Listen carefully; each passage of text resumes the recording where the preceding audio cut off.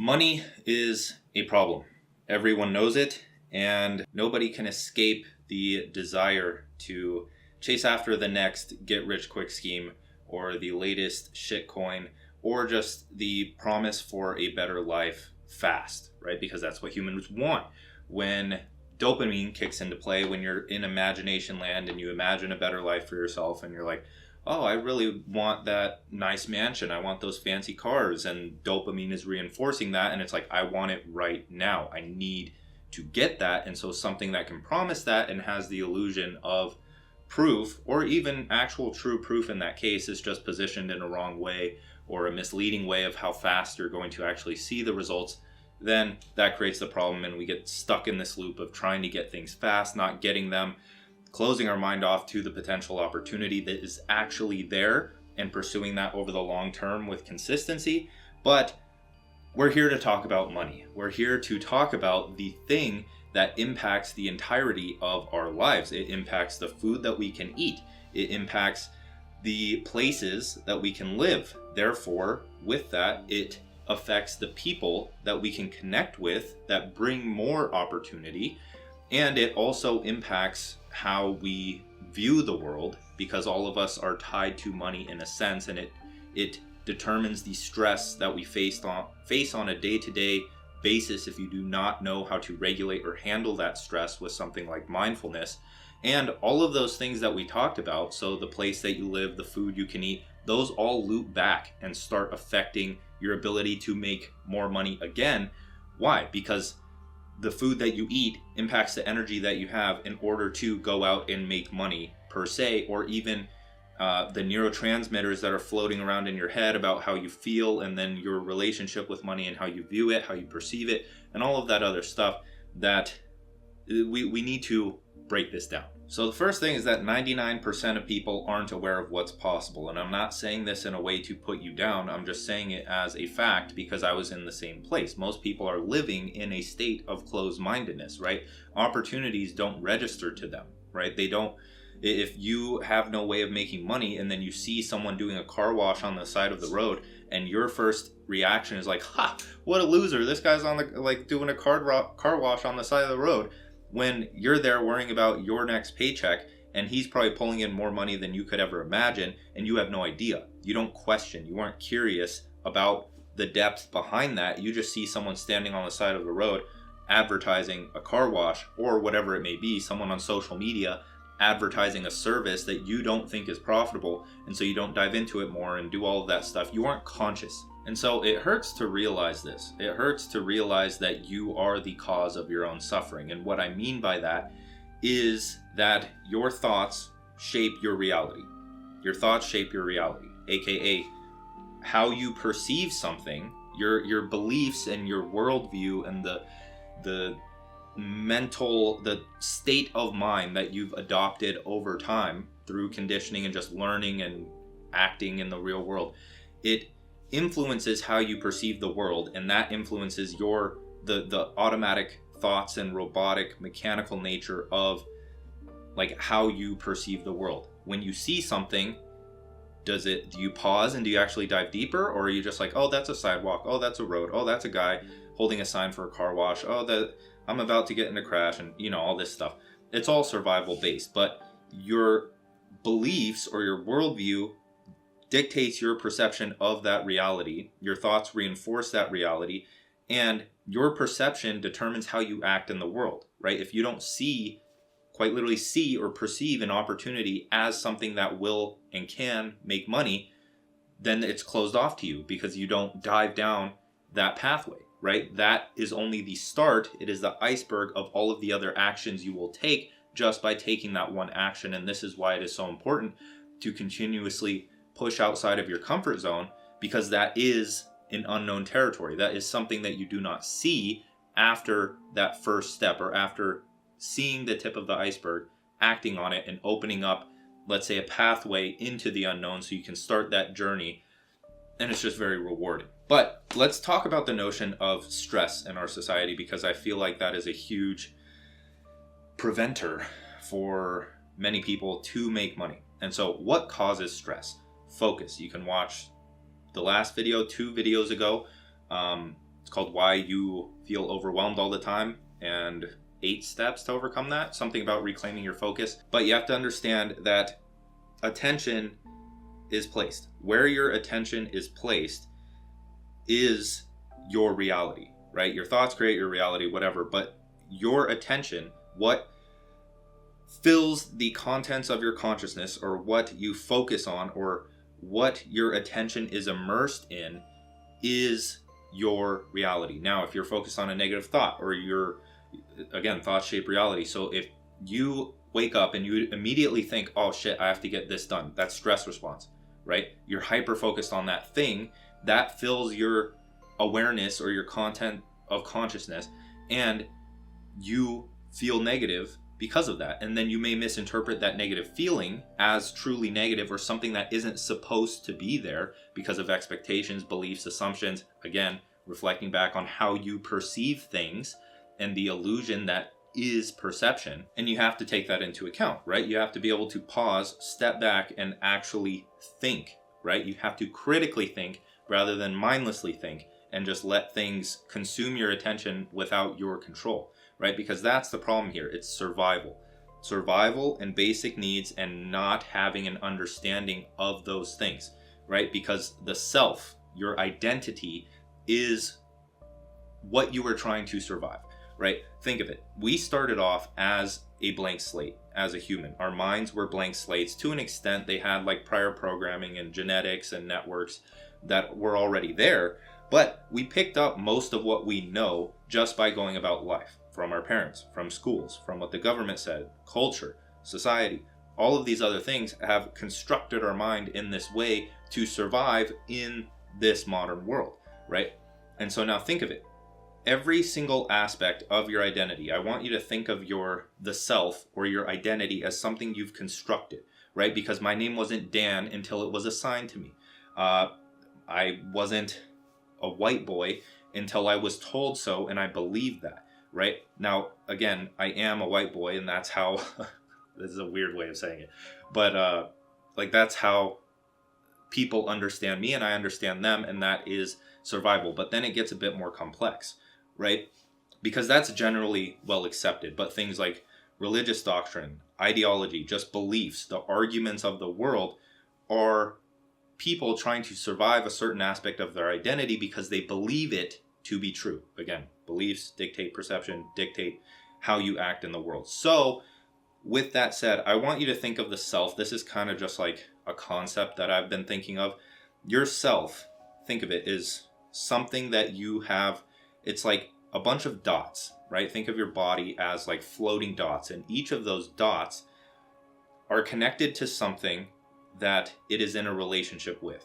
So if you identify, or you are in a relationship with a specific religious teaching like Christianity, and they say making money is bad, and then you're hearing me telling you that making money is good, or that you can make more money, that string is kind of plucked, or it's threatened, right? And so you get a stress response, you get angry, you start defending your own perspective or your own beliefs on that, and then you close your mind off to actually making that money. So this is just something that you really need to become aware of, are your reactions. People put it a lot simpler than this when they talk about things like being mindful, or pausing before reacting, or like all of these other things where you just pause and you actually think things through, rather than be a mechanical robot that just walks about life mindlessly. And so what happens when these little strings of yourself are plucked is it gives you a stress response, okay? And again, focus, or where your focus is placed, causes stress. So if that string is plucked, or your belief is challenged on, let's say, money, then your attention goes there.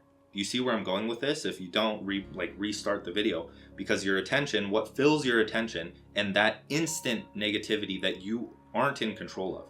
You aren't in control of it, and how your attention gets sucked there, and then you have a stress response, and then that stress response narrows your focus and fills your attention with only that negative thing, negativity bias in psychology, and you close your mind off. That's what narrowing your focus is you're closing your mind to certain things rather than opening your mind and actually seeing everything for what it is. Accurate perception, therefore dictating your actions revolving around that, and shifting that from trying to survive that when nothing's been threatened. Like, you just go about your life, you walk away, you close the app, you get out of Twitter. It's not real. And unless it's a real threat, like you being stabbed, of course, yes, you're going to go instinctual and you're not going to be able to control yourself, and you're going to go and you're going to try to defend yourself against the other guy, because that's true survival, right? But survival of the self, of beliefs, are really, they're not doing anything to you. You're having a stress response, narrowing your focus, filling your attention with something negative around that, and it's reinforcing a negative relationship with money in this case, which then prevents you from acting in order to make more money. So I want you to think here, when I'm talking about money, have you had any negative reactions as you were watching this video? And now, I'm not saying that those are wrong or those aren't backed. I'm not some form of omnipotent person. I'm presenting an argument here, but I want you to be able to see the argument from my perspective rather than closing your mind and maintaining your narrow perspective on what could be a bad relationship with money. So you need to stop and you need to think, okay, what happens when I have to talk about money? Where does my attention go, right? You're paying attention to the thought processes here, because thoughts create reality. So with money, if I talk about money with you, right? If we're one-on-one, you're talking with a friend about money and maybe a big purchase that has to be made, or you need to, like, you want to go out, but you don't have enough money to do so. How does that make you feel, right? And where does your attention go next? Does it go to like, oh no, I have to wait till Friday until I can do that?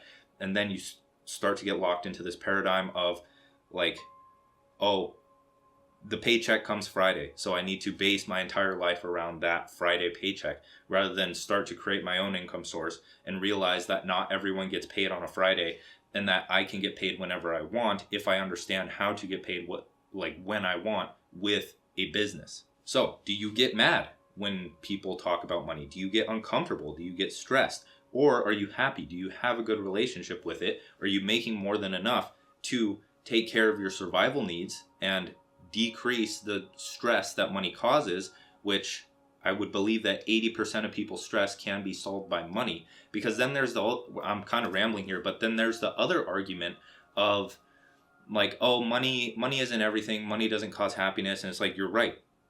But it's the other way around is right too. You can make as much money as you want, and you have to understand that there's also the argument of, oh, our ancestors did this, our ancestors did that, and they are also right. But then what is also right is that our ancestors' entire lives were not built around money. They didn't spend $3,000 a month to sustain their living, right? We live in a completely different environment, and we have to adapt. We have to integrate ancient, modern, and all of these other teachings into it. Let the truth blur by not subscribing to one of those perspectives, and take those and act by our own doing in order to become directly conscious and directly experience life as it is. Now, this is all fun to talk about, right? Abstractions and all of this philosophical stuff on survival and all these other things that are truly important. They are extremely important because the base of everything is focus. The base of everything is perception and perspective and your worldview, and deconstructing that over these videos or just in general in your life is going to spread into every single thing that you ever want to accomplish ever in your life. That's just what it is. You have to fix the root before you can try and fix another problem. So, as with all videos, I want to give you a few lessons, and in this case, 7 hopefully practical lessons that should make you more than a college degree, because clickbait titles work. I don't think I'll call it that. But the first lesson being, or the first step being, you need to step into the arena. Step 1 is the man in the arena. Why? Because making money is a skill. It's something that you can practice. It is something that you can get better at. Like, that's just what business is. You get better at the skill of business, which is making money. But you have to understand what business is. It's not like a sport where you can go to the park with your friend and practice like your throw, or even running, or even like a tackle or something like that. With business, you have to understand that it comes from building and selling. You have to build something of value, and you need to sell that to another person, implying that you need to be in the arena with someone that has money to give. If you are not in the arena with someone that has money to give, if you're over here in tutorial hell, just practicing like this, like your skills itself that are supposed to make money, rather than making money as a skill by actively doing it in the real world and building projects that you can try and practice selling to someone else, then you're not going to make money. Like if you don't do that, you're not going to make money. If you literally have no ability to make money because another person isn't on the receiving end of what you're doing, then you're not going to make money. So step or lesson number 2 is open-mindedness. We've talked about this a lot, but if you are not open to the potential of being rich, then you will never get rich. That's just how life works in general. You have to have the idea and then you have to actualize it. You have to have the belief. Some people can stumble across this, right? You can stumble across riches or whatever it else may be, but that's extremely rare, right? We want to be in control of it, okay? So in order to be in control of this stuff, the thought, the belief, the reality of being rich or having this amount of money needs to be a thing. So you open your mind by paying attention to where your attention goes. Funny, but where your attention goes when you have that negative feeling. This is mindfulness as a whole, and why I'm a big proponent on kind of spiritual or conscious entrepreneurship is because you can't just like do things and hope that they work. You have to be conscious of all of these things, and you have to consistently get uncomfortable and expand your mind by learning, self-education, being open to opportunities, not labeling or judging specific business models or things that you just think aren't for you. You have to pull the truth from everything. You have to see all perspectives, learn, and pull the truth and actions from the middle of all of that in order to make progress the fastest. That is the only shortcut that you are going to find, is consciousness. Number 3 is the fundamentals are king. So as always, I make a cool little graphic that are usually, I would say they're mostly for Instagram, but you can see it here. And it pretty much shows you that you need 2 things in business. You need 1, value. You need a product or service that promises a desirable result that people actually want. Value, right? An offer, a product or service. Product or service. Product or service. Don't rely on, let's say, a social media platform like YouTube and growing on YouTube and having the ads or ad views pay you your income. Be in direct control of it by creating something of your own. Like I've created a bunch of courses, I've created a cohort, I've done consulting, I've done freelancing, I've tried e-commerce brands, I've failed at even more than all of those. Right now I'm thinking about building a software. And again, this is where you need to open your mind. Back to step 2 is that I never thought that building a software like a SaaS or like an app was something for me, right? Or something that I could do. And until I opened my mind to that and started researching it and looking into it and actually having the intention of building something, then you realize it's possible, right? And if there are roadblocks like, oh, I don't have enough capital, oh, I don't have enough something else, you may have to set it aside for later, but that doesn't mean you can't do it. Anyone can do it, right? You can learn to code if you want to. If you don't have the capital, it's like, okay, spend 6 months learning to code, build the app, and then start to sell it, right? You can do whatever the fuck you want. And so back to an analogy I love with the whole business needing 1, value, people, money happens in the middle, is a fundamental and a universal principle, right? In terms of a relationship with someone else. So it's like with dating. If you aren't landing dates, 1, either you aren't valuable enough and you're in an environment where there are a lot of people, or you are valuable enough, but you aren't in an environment with a lot of people. And so if those don't match, how are you going to land a date? So lesson or step number 4 is the 1-person business model, which I believe is the best starting point and possibly ending point for 95% of people, because I truly believe that everyone is an entrepreneur. You're already developing some form of value in your life. You just may not be sharing it with someone else in exchange for what it's worth, which is money. Sometimes you're exchanging it for something else, like love or feeling better about yourself or something else, rather than money. It's just an exchange of value and what value you want to receive through the value that you give, right? Is it money? Is it love and affection? Is it a relationship? What is the conversion that you are trying to secure? It's just different perspectives, all revolving around the same thing, which is creating value, which is the only thing that humans do. You have an idea, which is intangible, you make it tangible, And that's where buildings, language, philosophy, science, everything comes from. That's what humans have built. So you have to build something, whatever it may be, and exchange it for value. If some of that value is money, then you're an entrepreneur. And so what used to take a few $1,000s, a huge team of people, a bunch of programmers to build something or at least be an entrepreneur, you can do it as one person now. There's no-code tool, there's website builders, there's endless free education online. You can buy people's aggregated systems as courses to accelerate that process. You can buy coaching, you can build anything you want. You can attract a massive audience through social media if you understand how to play that game, and then you have people. And then when you create something of value like a course, physical product, tool, cohort, consulting, freelancing, whatever the fuck it may be, a software, then you sell it to those people because those things are aligned. And so in next week's video, I believe it's next week's, one of the coming videos, we're going to talk about the one-person business more and kind of the entrepreneurial method. So how to find a problem, solve a problem, do all these things that lead to making more money. But for now, understand and just be aware and open-minded enough to know that you can do something with almost $0 to your name and as one person. So lesson or step number 5 is think big, act small. And so I want to read you a previous tweet of mine is when you're lost, try everything and see what sticks. When you're overwhelmed, drop everything and see what sticks. So again, it's all like duality, it's all back and forth, it's all on and off. That's what reality is.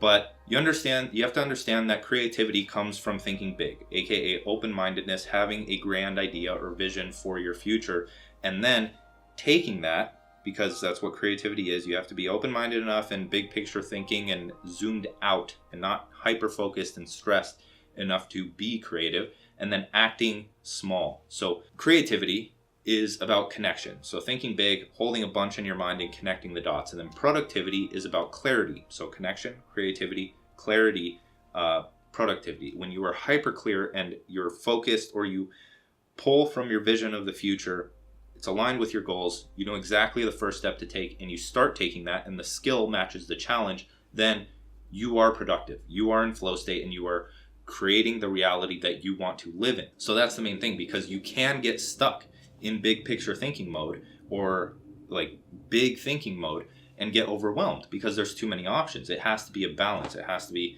big picture, small action, big picture, small action, creativity, productivity. And those can be worked into your days, your weeks, your months, whatever it may be. So lesson number 6 is to increase your baseline income and decrease your baseline lifestyle needs.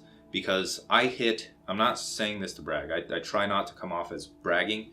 I hope it to be inspiring, right? Because I hit my first $100,000 month last week. And the thing with that is I'm probably not going to hit that again for maybe a few more months, right? Until it becomes my new baseline. But in order for it to become my new baseline, I have to hit like a high of 150,000, right? Because like equilibrium, it'll start to balance out and then you hit a new high and it does all that stuff. But I'm not going to hit that. Right? And so in business, a lot of things are unpredictable, and you can make it more predictable by having like a membership or recurring monthly income or something of that case. But overall, it's pretty fucking unpredictable. It's not a steady paycheck every single week, and you have to be okay with that, right? Because you're going to hit a high month and then you're going to be like me and be like, oh, I want a new car. And so I bought a new fucking car.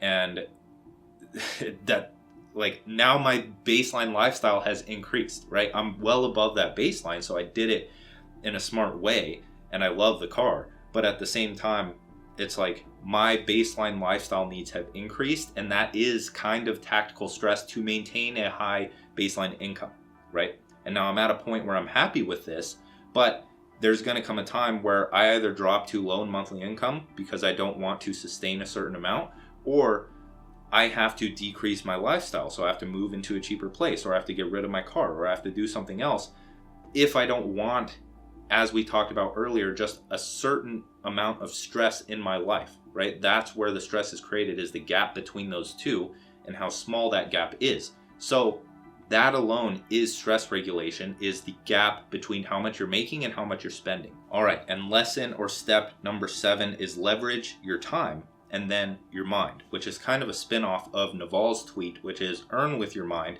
not with your time. because manual labor implies that there is a cap, there is a limit. You can only work so many hours of the day. You can only give so much of your time. It's finite, right? That means your income is finite. It's not infinite. So what you have to do to start is you need to get results. You need to get a baseline income and just get into the arena with manual labor like consulting, freelancing, or something of that nature to kind of establish a name and results for yourself. But then you need to earn with your mind. It has to demand creativity. You have to be building leverage, whether it be a social media audience, email list, or other form of leverage that allows you to send people to a product, right? A product that has high profit margins and can be replicated very quickly. So a digital product for that case, or even a SaaS or a software, are good routes to go for cash flow, at least, because then you send people to them with your mind, in a sense, because you're attracting people with the thoughts in your head via content to that product. They buy it and you spend no time at all selling that thing. But freelancing and other things are a bit different. So you need to, as you increase your leverage with manual labor, then you have to decrease the amount of time you spend because you have more leverage and create higher leverage products, right? So leverage in terms of being able to get back your time, and then leverage in terms of like just money. All right. To end the video, I want you to say what's up to Benji. He's my big baby, and he wants you to like the video. He wants you to subscribe to the video. He wants you to join Modern Mastery for $5 via the link in the description. He also wants you to join the 2-hour writer course. Free stuff, Power Planner, 7 Days to Genius Ideas in the description. Listen to the podcast and do everything else. Like, subscribe. See you later.